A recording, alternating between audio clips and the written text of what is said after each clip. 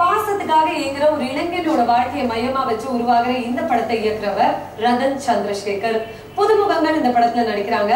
படத்தை பத்தியும் dubbing experience பத்தியும் படத்தோட ஹீரோ என்ன சொல்றாரு கேட்கலாமா? படம் முடிஞ்சு ஃபுல்லா டப்பிங் போயிட்டு இருக்கு. ரொம்ப ரொம்ப சந்தோஷமா இருக்கு. ரொம்ப நல்லா வந்திருக்கு. டப்பிங்ல பார்த்தவங்க எல்லாருமே ரொம்ப அப்ரிஷியேட் பண்றாங்க. படம் நல்லா வந்திருக்கு அப்படின்றாங்க. அண்ட் டைரக்டர் சார் வந்து வாய்ஸ்க்கு நீயே டப் பண்ண அப்படின்னு சொன்னப்போ ஃபர்ஸ்ட் நான் கொஞ்சம் நர்வஸா இருந்தேன். ஏன்னா ஒரு படத்துக்கு ஒரு டப்பிங்ல தான் உயிர் கொடுக்கறது. ஸோ என்னோட கேரக்டர் வந்து நான் ஆல்ரெடி சொல்லியிருந்தேன், ஒரு சைலண்டான கேரக்டர், அதிகம் டைலாக்ஸ் கிடையாது. பட் என்னோட பேர் அந்தரா பிஸ்வாஸ்க்கு பார்த்தீங்கன்னா படம் ஃபுல்லாக டைலாக்ஸ் ஜாஸ்தி இருக்கும். ஸோ அதை மேட்ச் பண்ணி இந்த எஃபெக்ட்ஸ்லாம் மேட்ச் பண்றது ரொம்ப சேலஞ்சிங்கா இருந்துச்சு. சரிங்க, இவர் சொன்ன காட்சிக்கு எப்படி டப்பிங் பேசுறாரு பார்க்கலாமா? இப்போ நீங்க அந்த அந்தரா வந்து பெட்ரோல் இல்லையா அப்படின்னு கேட்குறாங்கல்ல, உடனே அந்த இல்லை அப்படின்னு சொல்ல வேண்டாம், ஸ்ட்ரெயிட்டாக சொல்ல வேண்டாம். இல்லை அப்படின்னு தான் சொல்ல வர்றீங்க. பெட்ரோல் இல்லைங்கிற மீனிங் கிடையாது. ஓகே, இல்லைன்னு ஏதோ சொல்ல வர்றீங்க, அது வரைக்கும் போகலாம்.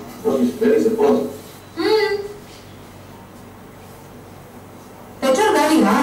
இல்ல இல்லையான்னு தான் கேட்டேன். இருக்கு. இருக்கா?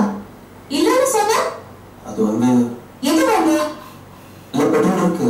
இருக்கா இல்லையா? இருக்கு. அப்படியே வண்டியை போட்டுட்டு பறக்க ஓட்ட மாதிரி நிக்கிற.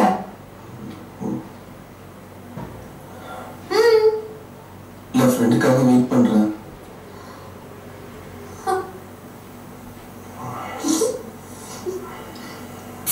இன்ட்ரெஸ்டிங்கா இருக்கா? சரி, படத்தோட கதை என்னன்னு தெரிஞ்சுக்கலாமா? டைரக்டர்கிட்டயே கேட்டுருவோம். தாயின் அன்பிலேயே வாழ்ந்த ஒரு சிறுவன், அந்த அன்பு தாயின் மரணத்தோட அவனுக்கு முடிஞ்சு போகுது. அவன் தாய் இருக்கும்போதிருந்தே தொடர்ந்து துன்புறுத்துகிற ஒரு தந்தை, அவருடைய சேடிசம், அதில் தொடர்ந்து இவனும் பாதிக்கப்படுகிறான். அப்படி இருக்கிறவனுக்கு ஒரு காதல் கிடைக்குது.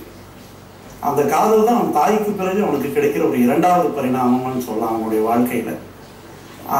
அதையும் அவன் இழக்க நேரிடுகிற போது அவன் படுகிற வழிதான் இந்த படத்தின் மைய கருவாக அமைந்தது.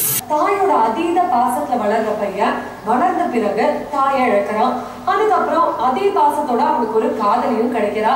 காதலியையும் இழந்த பிறகு அவனோட நிலைமை என்ன ஆகுது அப்படிங்கிறதுதான் படத்தோட மீதி கதைன்னு இயக்குனர் சொல்றதை நீங்க கேட்டிருப்பீங்க. ஆமா, அவன் நிலைமை என்ன? கொஞ்சம் வெயிட் பண்ணுங்க, படம் வரட்டும்.